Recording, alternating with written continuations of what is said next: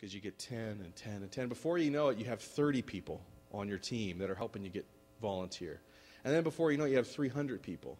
And then before you know it, you have 3,000. And working those models, and that's a nice mathematical numbers. It doesn't work with those numbers exactly, but I mean the concept is there. Each person counts, and each person doing what they can makes all the difference. I'll quote Cal, because he's my man. So he always quotes Edmund Burke and says that no one makes a greater mistake than he who does nothing because he could only do a little. And that's how these petition drives work. That's how personhood is going to get moved forward. Because each person doing what they can, sometimes it's a little, sometimes it's a lot. Sometimes they start with a little and end up doing way, way more than you could ever imagine. And that's the point. Work with people where you can. Unify with people where you can. Build those coalitions where you can. Some people have, on this stage, the theological positions varies. It's a rainbow, you know. Probably none of us agree 100% on anything up here. But so what? So what if we don't have the same theology? Babies are getting killed. Babies are getting killed. In a battlefield at World War II, in a foxhole, you really probably didn't find people debating theology as they're getting bullets from the Germans. Let's go get the job done. And, these kids are getting killed. We're in a war. Let's go get the job done. And so where we're at now, we lost in Colorado. So what the typical thing that pro-lifers have done in the past is that, okay, we didn't win. Let's try something else. There have been 22 laws introduced, initiatives such as ours throughout the past 30 years or so. Ours is only the second to attempt it twice. Why is that important? Why is that important for us to realize? Because when we have the mentality that we're going to do this until we win, we build upon what we've done in the past. In South Dakota, we can look at movements historically, look at empirical data, and learn from that, and learn from movements. And what we can find out is that when grassroots initiatives have come back, and they've worked on it over and over and over again, each time they work on it, they got a little more.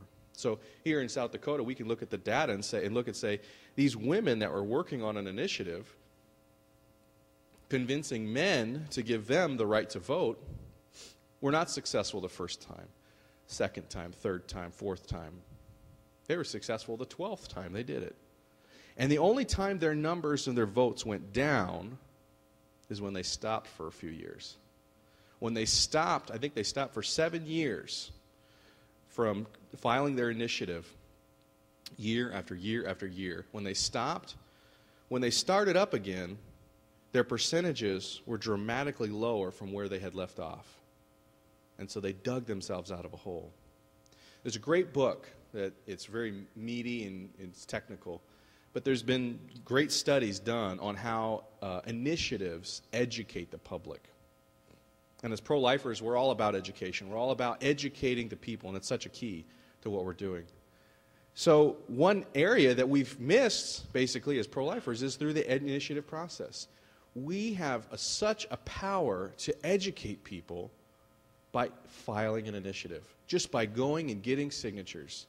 It gives people a reason to talk about the issue. It gives people a timeline to get involved. For instance, in California, 600,000 people signed a petition. 600,000 signed a petition to give human rights to babies or to affirm those rights.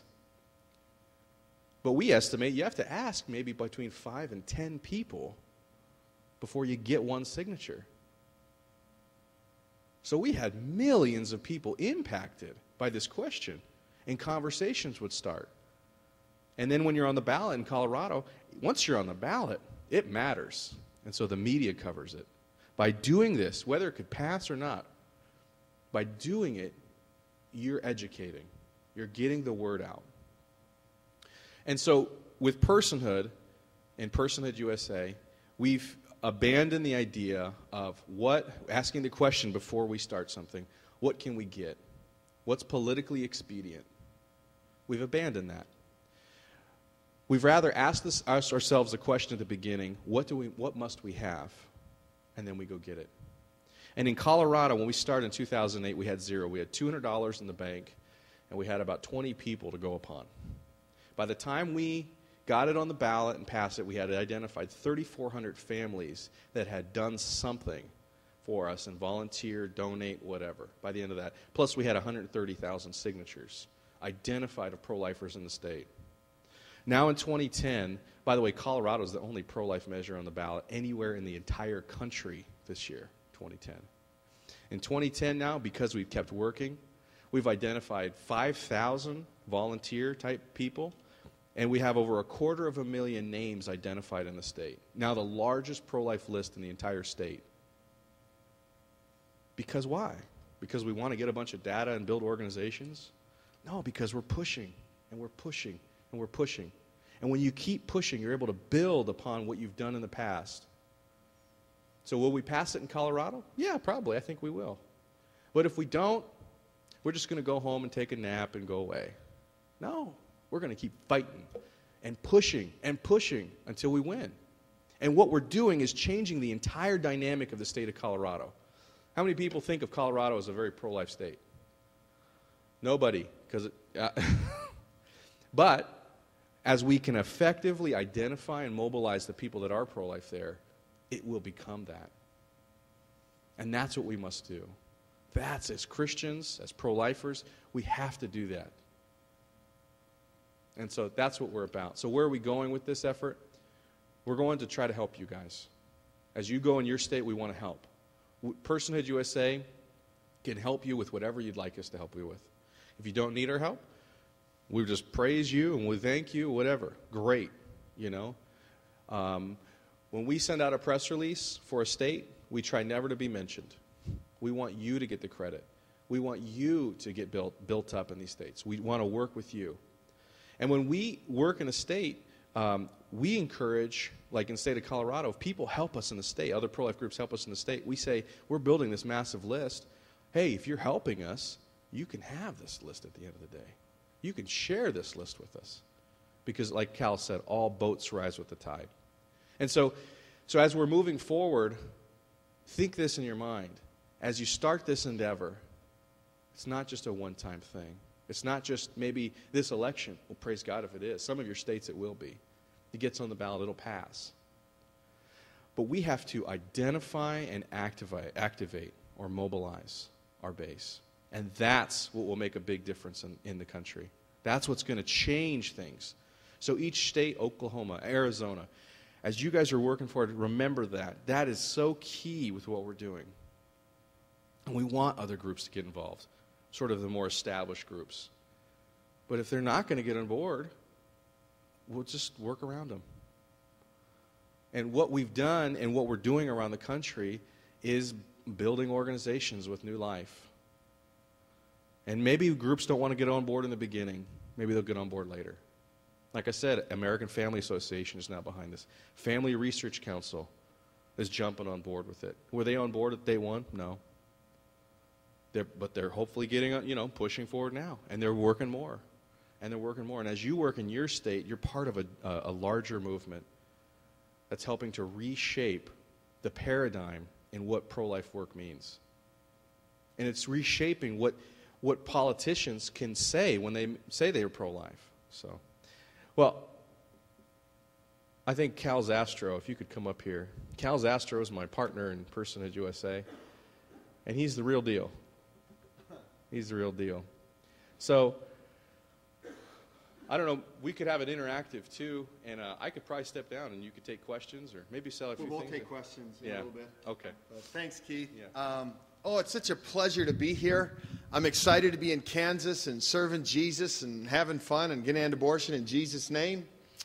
Personhood USA, we exist to establish personhood and to glorify Christ, and that's our deal. And Keith gave you a little bit of the history. When all of us in Personhood USA are volunteers, some of us live as missionaries, and that's it. So no one makes a salary, no one makes money, no one's got a retirement account. We're just all to the front. Let's go battle to the front. That's our deal. And when we come into a state, to serve people and work with them, We don't ask for money. We ask for two things in a state. Number one, Christian integrity in the leadership. And number two, that the legal language has to protect all children, and it can't have exceptions. When we were there, the discussion was on conception earlier. We'll work with states that use the word conception, fertilization, or the functional equivalent thereof, but the best legal language is from the moment of their biological development. The main reason for that is because that includes children produced in laboratories. They didn't have a conception or fertilization. Those children were made in a laboratory. They also have Frankenstein-like science, where they make children and even children and animal hybrids called chimeras, and they got nasty, yucky stuff going on there. And so that's one of the things there. So that's our request, is it has to protect every innocent person, every innocent preborn baby. So we're picky on the language there. You can't have exceptions. And we ask for Christian integrity of leadership. We do not want to get into cat fights with other groups. We just want to build where we can. And if people don't want to build with us, we're just going to go do something else. And what we do is when we come into a state, we ask people who want personhood, you go to the existing pro-life groups, you go to the existing church leaderships and the existing politicians and political parties, and you ask them three questions. Johanna, she's not in here now, but she alluded to it. The first question is, what legal language do you propose to protect every innocent person in this state? That's question one. Question two is, what can we do to serve you, to help you? Question two is, what's your plan to implement it? And thirdly is, how can we serve and help you to make this happen? No other group, no other church has ever come up with legal language to stop the killing in any state. They haven't done it. And that doesn't mean they're not bad people. It doesn't mean they're not pro-life. But it means they don't have a vision and they don't have a plan to end the killing here and now. And we do. And we want to work with the people who do. And if other pro-life groups get on board, we say, welcome aboard. If they oppose us, we ignore them, and we just get to the grassroots, get to as many churches as we can, and we get it going. And especially in a legislative state, all we need one state rep or one state senator to really, truly stand up and introduce the Personhood Amendment into the state legislature. We prefer amendments over legislation. Legislation can be overturned in the next legislative session. Legislation can be tossed out or tweaked by a governor or state courts or things. It's easy to manipulate. We would rather go through the harder work of doing a constitutional amendment definition because it lasts longer. It's harder work, but it lasts longer.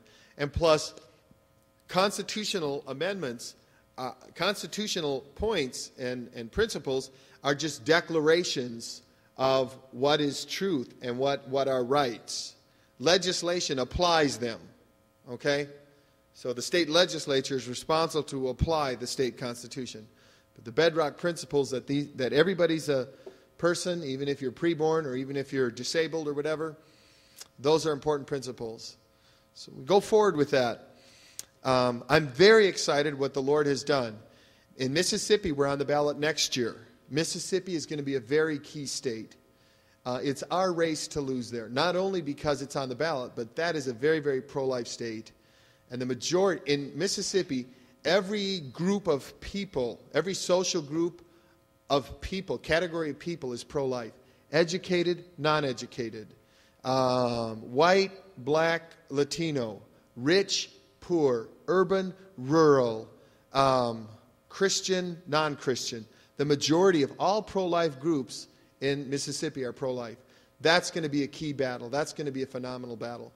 Plus, Mississippians have a history of not wanting to let the federal government defy their state and what they want to do in there. So what we're praying and working and the fight we're picking is that the state of Mississippi doesn't kill children anymore. And if the federal government wants to do whatever they're going to want to do, Mississippi will not comply with that.